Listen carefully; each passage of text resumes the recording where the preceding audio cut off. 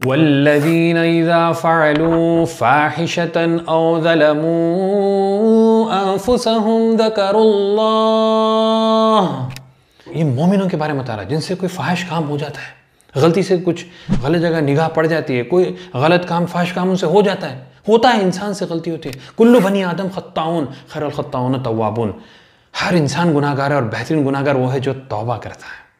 तो जैसा गलती होते फस्तगफिरू लिज़ुनूबिहिम, तौबा इस्तग़फ़ार करते हैं और फिर अल्लाह की तरफ रुजू होते हैं। फिर अल्लाह ताला कहता है वमन यग़फ़िरुज़्ज़ुनूब इल्लल्लाह वलम युसिर्रू अला मा फ़अलू वहुम यअलमून। अल्लाह ताला एक तो उनको माफ़ कर देगा, अल्लाह ताला माफ़ करने को पसंद करता है, लेकिन उस पर एक अहम पॉइंट बताया जा रहा, टर्म्स एंड कंडीशंस अप्लाइड, कि वलम युसिर्रू अला मा फ़अलू वहुम यअलमून, कि बार बार फिर वो चीज़ में परसिस्ट नहीं करते।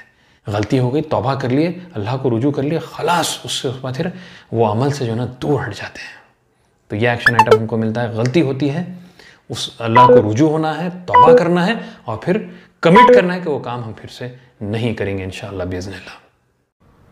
अगर आपको ये वीडियो पसंद आया है तो सब्सक्राइब करिए, बेल बटन दबाइए और अपने दोस्तों के साथ इसको शेयर करिए।